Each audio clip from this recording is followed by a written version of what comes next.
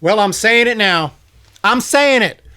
Barring any other crazy moves that improve the other teams in the NL Central, I'm picking the Reds to win the NL Central in 2020.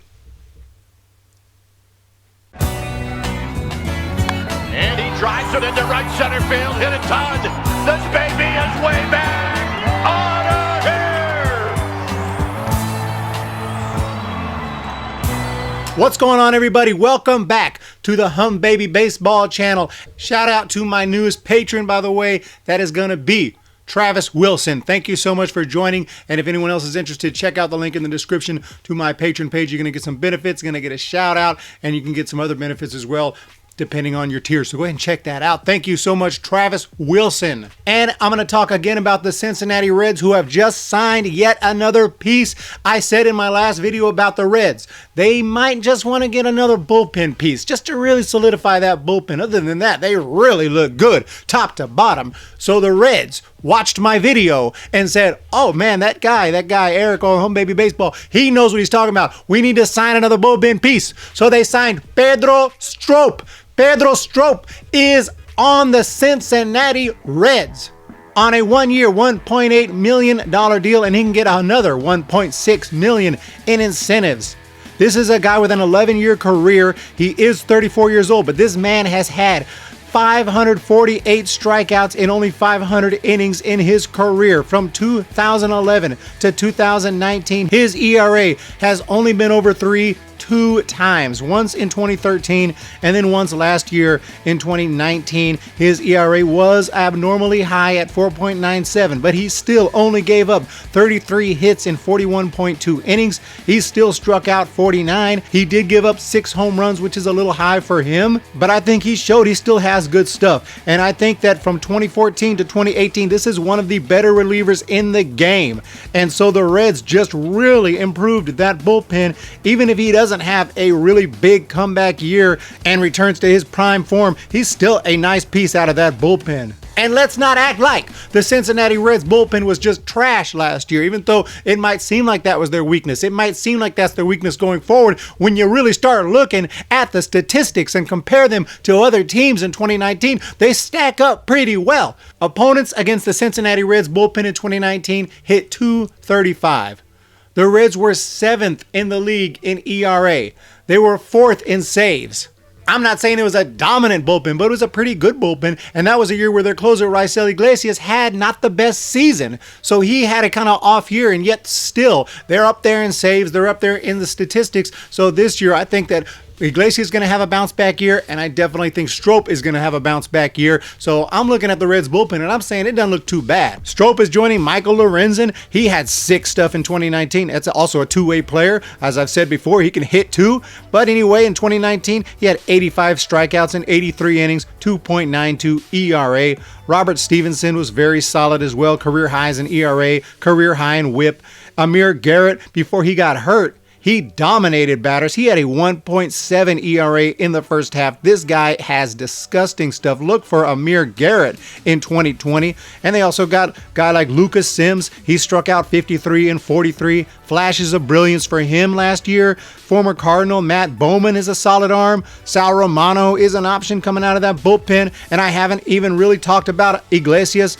I said he had an off year, but he still struck out 89 in 67. Expect him to have a better year in 2020 ERA-wise, because he is a solid arm. Just think about the upgrades this team has made in the offseason. That's why I like the Cincinnati Reds. I'm not a Reds fan. I've never even been to Cincinnati. But I'm telling you, this team is doing what it takes to compete in 2020. They're bringing over guys like Mike Moustakas, one of the premier power hitters in baseball. This guy's got extreme pop. They're bringing over the top outfield free agent left. They said, well, who's left? Who's the best of the best left right now?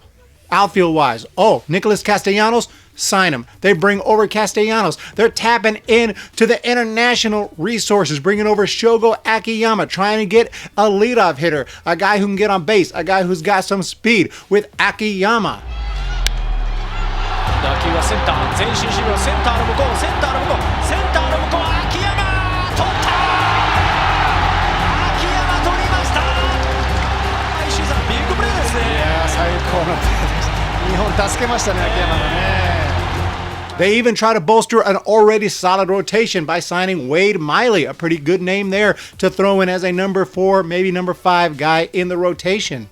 All this to add on to a team that was already looking pretty good. That's why the Reds were looking good last year. It didn't work out for them last season. So he said, okay, well, this is not enough. This is not enough. We need to make more upgrades and get even better. Add to this team that already has the likes of Eugenio Suarez popping you nearly 50 bombs. You got guys like Nick Senzel, great young talent. Hopefully he is healthy in 2024. The Reds. You got guys like Tyler Stevenson coming through the minor leagues, is going to be their future catcher. Got a lot of talent on this team, and now they have really bolstered it and said, okay, we're going for it. And I really like what the Reds have done this offseason.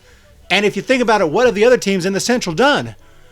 What have the Cardinals, the Cubs, the Brewers, the Pirates, what have they done to improve and try to compete in 2020?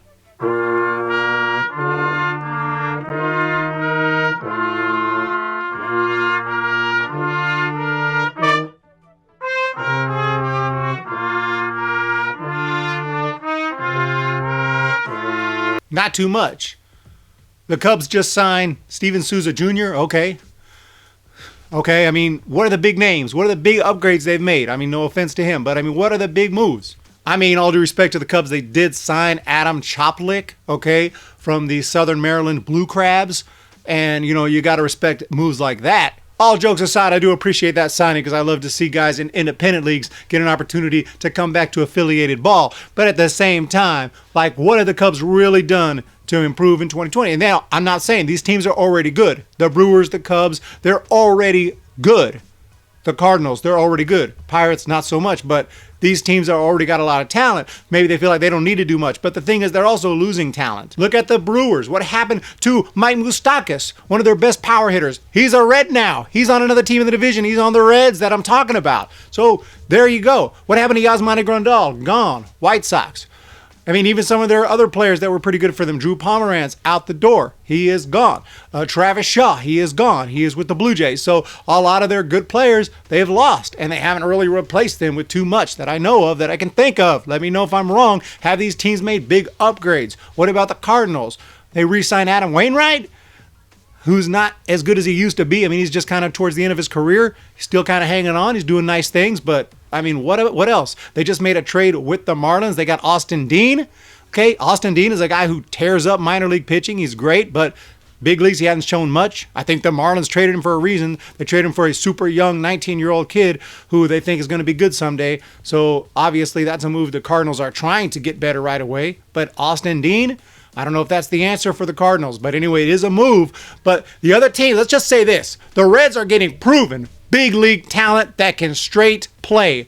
The other teams in the Central are getting maybes and making little moves and not doing much. No, not that my team, the Giants, are doing much. They're definitely not either. But I'm just saying, I mean, we're looking at a division right here where the team that is really making the upgrades and really going after it this year is the Reds. There's just no question about it. The Reds are the team, the winners of the 2020 offseason. I don't see that changing in the next month or so. The winners of the offseason have got to be the Reds. Look for them in 2020 to make a push. I got them winning the division. Thanks, guys, so much for joining me, and I don't mean any disrespect to the other teams in the division. I do think they're good teams, except maybe the Pirates. Pirates got some talent in their minor leagues, but yeah, definitely this ain't going to be the year for them. The other three teams, still good, ton of talent, still really good teams, but I just don't think that they've made much improvements. I think they've only gotten less good this offseason, where the Reds have done the opposite, have gotten much, much better. So that's why I think the Reds are going to make it in 2020. So thanks, guys. Hit the subscribe button if you're not already subscribed. Go ahead and check the links in the description, and I'm going to talk to you guys next time. See ya! When the Giants come to town, it's bye-bye, baby. Every time the chips are down, it's bye-bye, baby. History's in the making at Oracle Park. Cheer for the batter, light the spark with the San Francisco Giants. It's bye-bye.